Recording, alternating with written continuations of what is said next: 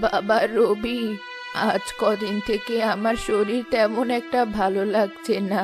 মনে হচ্ছে আমি এবার আল্লাহর কাছে চলে যাব। মা, তুমি কিসব আবোল তাবোল কথা বলছো? তোমার খারাপ লাগছে এ কথা তুমি আমাকে আরো আগে বলতে, আমি ডাক্তার নিয়ে আসতাম। এই বয়সে ডাক্তার ডেকে টাকা ফুরিয়ে আর কাজ নেই। যে কদিন বাঁচার এমনি বাঁচবো। তুই ওসব দিয়ে ভাবিস না। আতিকের লেখাপড়ার খরচের টাকা, তার উপর সংসার, এসব খরচ চালাতেই যে তোর অনেক কষ্ট হয়, অনেক বেশি খাটতে হয়, সে আমি বুঝি। তুই এক কাজ কর। কি কাজ বলো আমাকে, এখনই করছি। আতিককে একটা চিঠি লিখে বাড়ি আসতে বল। ওকে আমি একবার দেখতে চাই। ঠিক আছে মা, এমনিতেই সামনের মাসে টাকা পাঠানোর সময় হয়ে এসেছে। ওকে তাহলে চিঠিতে লিখি, বাড়ি এসে দেখা করে টাকা নিয়ে যেতে বলি। ঠিক আছে, তাই কর।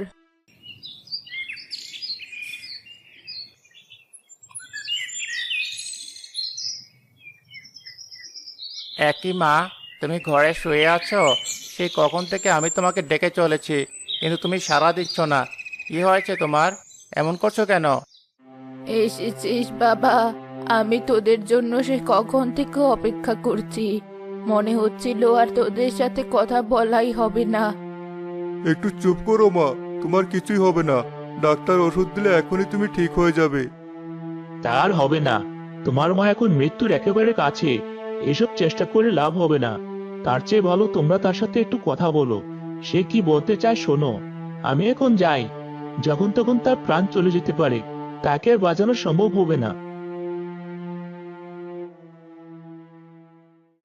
বাবা রবি, তুই আতিকের বড় ভাই।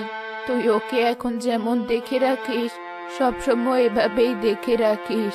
আর আতিক, তোর কাছে আমার একটা অনুরোধ। তুই আমার বড় ছেলের বিয়ে দিয়ে একটা বউ এনে দিস। ও এই সংসারের জন্য অনেক করেছে, কিন্তু আমি ওর জন্য কিছুই করে যেতে পারলাম না।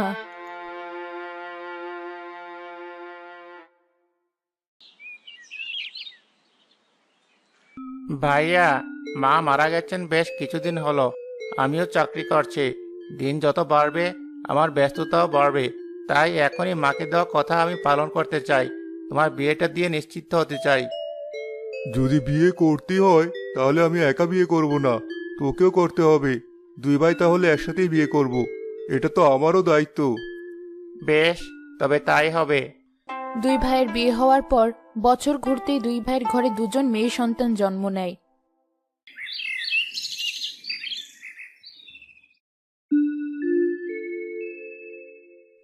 ভাবি, মার্কেটে চলো, মেয়েদের জন্য জামা কাপড় কিনে নিয়ে আসি।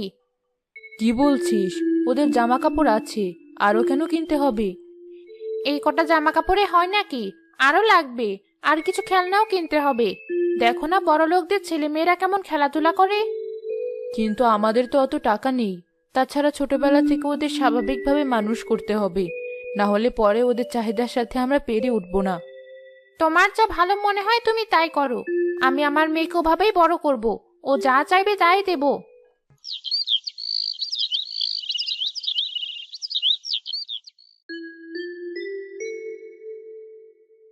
মা দেখো, মিতা কি সুন্দর জামা পরেছে, আমাকেও কিনে দাও। না মা, এখন না। ঈদে তোমাকে নতুন জামা কিনে দেব। ঈদ ছাড়া নতুন জামা পরতে নেই। ঠিক আছে মা।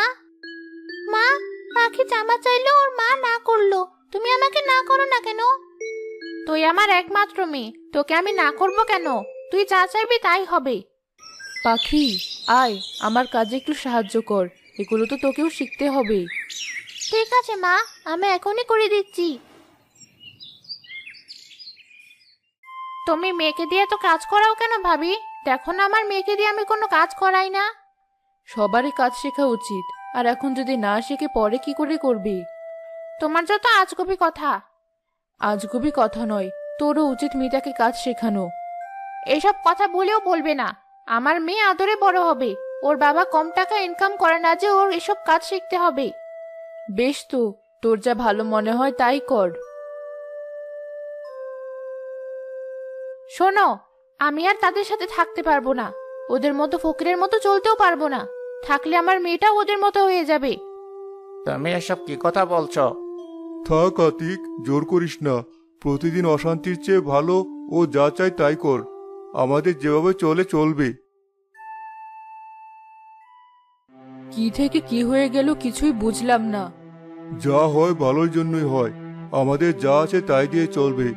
তুমি শুধু আমাদের মেয়েকে সুশিক্ষায় শিক্ষিত করো, আর কিছুই চাই না আমার।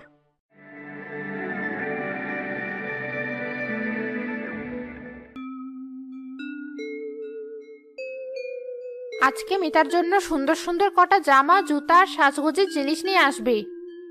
এই তো কদিন আগে মিতার জন্য 2টা নতুন জামা আর 1 জোড়া জুতো নিয়ে এলাম, সাথে তেল সাবানও নিয়ে এসেছিলাম।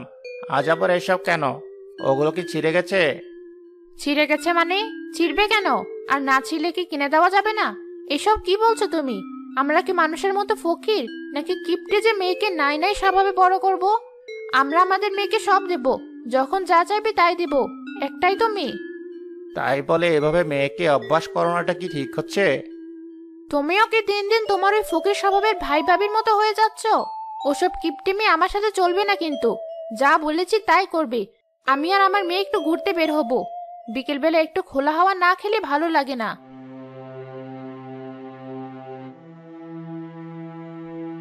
আহা, ওর কথা শুনে তুমি এমন রেগে যাচ্ছ কেন? রাখছি কি সাদে?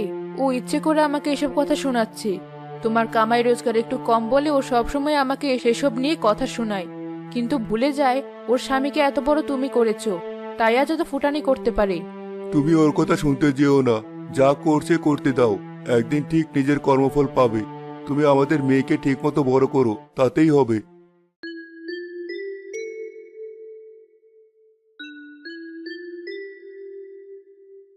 মিতা, চল আমরা বাইরে গিয়ে খোলা বাতাস খেয়ে আসি। না মা, আমি এখন তোমার সাথে যেতে পারবো না। আমি এখন আমার বন্ধু বান্ধবদের সাথে ঘুরতে যাব। সে কি? আমি ভাবলাম আমি আর তুই যাব। তোমার সাথে গিয়ে আমার মজা হয় না। তুমি একাই যাও, না হলে অন্য কাউকে নিয়ে যাও। আমি চললাম। রবি, আতিক, কোথায় তোরা? আমি তোদের ফুফু এসেছি। ফুফু আপনি? আসুন আসুন, বসুন। আপনার ভাইপো বাইরে কাজে গেছে, একটু পরে চলে আসবে। মা পাখি, এদিকে একবার আয়, দেখ কে এসেছে।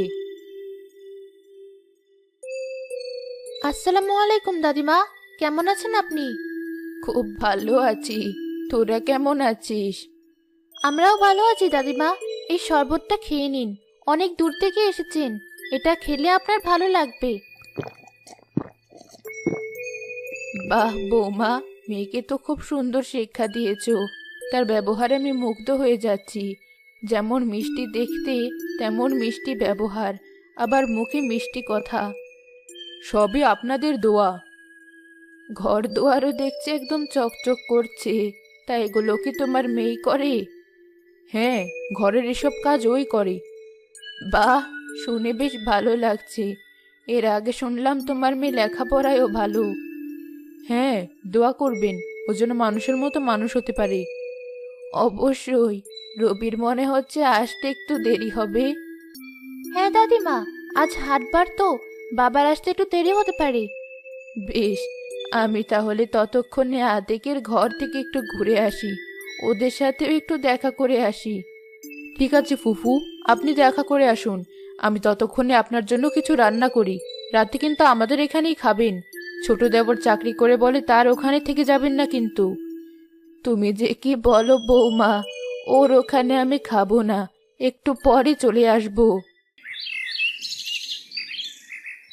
আতিক, দেখ আমি এসেছি। এ বাবা, ঘর দিয়ে কেমন গন্ধ বেরিয়েছে। ছি ছি, ঘরের কি অবস্থা! চারিদিকে সব জিনিস ছড়িয়ে ছিটিয়ে আছে। শুধু দালান থাকলেই হয়, সেটা পরিষ্কার রাখতে হয়। কি বলবো বলুন, এই কাজের লোকদের সাথে পারা যায় না। একদিনের ছুটি নিয়ে আজ 2 দিন হলো আসছি না, তাই সব এলোমেলো হয়ে আছে। সে কি কথা! কাজের লোক 2 দিন আসেনি বলে সব এলোমেলো হয়ে থাকবে? তুমি তো আর কোনো চাকরি করো না, তা ঘরের কাজগুলোকে এভাবে ফেলে রাখতে হবে? আমি চাকরি করি না তো কি হয়েছে? আমার স্বামী চাকরি করে, আমি কেন এসব করতে যাব? যাদের স্বামী কামাই রোজগার করতে পারে না তারা এসব করবে। কেমন কথা বললে বৌমা? তোমার কথা শুনে আমি তো আকাশ থেকে পড়ছি মনে হচ্ছে। মা, আমি চলে এসেছি। আর শোনো, আমি বাইরে থেকে খাবার খেয়ে এসেছি। আমাকে আর খাওয়ার জন্য ডেকো না কিন্তু। ঘুরতে ঘুরতে আমি ক্লান্ত হয়ে পড়েছি, এখন গিয়ে ঘুমিয়ে পড়বো। ঠিক আছে মা, তুই যা, গিয়ে বিশ্রাম কর। এ কি দেখছি আমি, আমার সাথে একটা কথাও বললো না। ওদিকে রবির মেয়ের কি শিক্ষা, কেমন সুন্দর ব্যবহার, আর তুমি মেয়েকে কেমন বানিয়েছো। ফুফু, আপনি কি শুরু করেছেন? আসার পর থেকে আমার আর আমার মেয়ের একটা না একটা খুঁত ধরেই যাচ্ছেন। আমাদের মেয়েকে আমরা এমন ছোট লোকের মতো বড় করিনি। সে না হয় করনি, তাই বলে মেয়েকে এমন করে রাখতে হবে? তাকে কোনো শিক্ষা দিতে হবে না? দুধের পর মেয়েকে অন্যের ঘরে দিতে হবে না? আপনি কি মনে করেন আমাদের মেয়েকে আমরা যার তার সাথে বিয়ে দেব? আমরা আমাদের মেয়েকে তেমন ঘর দেখে বিয়ে দেব যেখানে ওর কোনো কাজ করা লাগবে না। রাজরানীর মতো থাকবে আমাদের মেয়ে। হয়েছে বাবা, আর বলতে হবে না। তোমার কথা শুনে আর এক মুহূর্তও আমার এখানে দাঁড়িয়ে থাকার ইচ্ছে করছে না। আমি চললাম। তোমাদের যা ইচ্ছে করো, কিন্তু মনে রেখো, পরে খুব পস্তাতে হবে। মা, কে এসেছিল ওটা? চেঁচিয়ে বাড়ি যেন একেবারে মাথায় করে ফেলেছে। তোর বাবার ফুফু হয়। এই বুড়ি মাঝে মাঝে এসে এমন চটপট করে। যার যা ইচ্ছে করুক বলুক, আমার তাতে কিছুই যায় আসে না। আমার যেমন ইচ্ছে আমার মেয়েকে আমি তেমন বানাবো। পাখির জন্য খুব ভালো একটা বিয়ে এসেছে। তুমি যদি চাও তাহলে মেয়েকে দেখাতে পারি। ছেলে আর ছেলের পরিবার দুটোই বেশ ভালো। ছেলে গ্রামের এক প্রাইমারি স্কুলে চাকরি করে। আমার এতে কোনো আপত্তি নেই। তোমার কাছে যখন ভালো মনে হয়েছে, আমার কাছেও তাহলে সেটা ভালো। শুধু মেয়ের কাছে একবার শুনে নেই। মা পাখি, একবার এদিকে আয় তো। বলো মা, ডাকছো কেন আমাকে? তোর বাবা তোর জন্য ছেলে দেখেছে। আমরা এখন তোকে বিয়ে দিতে চাই। তোর কি তাতে কোনো আপত্তি আছে? আমি জানি তোমরা যা করবে আমার ভালোর জন্যই করবে, তাই তোমাদের কোনো সিদ্ধান্তে আমার আপত্তি নেই। তাহলে তো হয়েই গেল। ছেলের বাড়ির লোকদের সাথে কথা বলে বিয়ের দিন তারিখ তাহলে পাকা করে ফেলবো।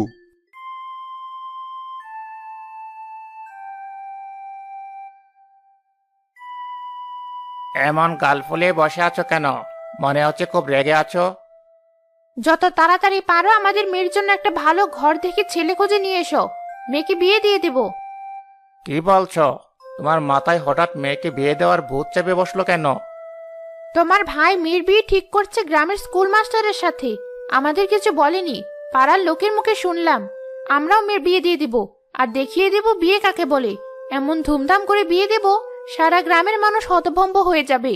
শোনো, খুব বড়লোক দেখে ছেলে খুঁজে নিয়ে আসবে কিন্তু। বেশ, তাই হবে। আমি আমার যথাসাধ্য চেষ্টা করব।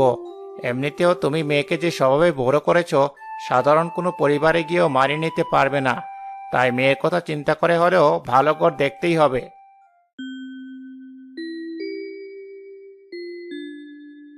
ভাবি, মেয়ের বিয়েটা তাহলে দিয়েই দিলে? হ্যাঁ, তোমরা দোয়া করো যেন আল্লাহ ওকে সুখে রাখেন। হ্যাঁ, তা তো অবশ্যই। তাছাড়া তোমার মেয়ে তো কম লক্ষ্মী নয়, দেখো বেশ মানিয়ে গুছিয়ে থাকবে। এই যে ছোট ভাবি, তুমিও তো বেশ ধুমধাম করে মেয়ের বিয়ে দিলে। কত মানুষ হয়েছিল। আমি তো চেষ্টা করেও তোমার সাথে একবার দেখা করতে পারলাম না।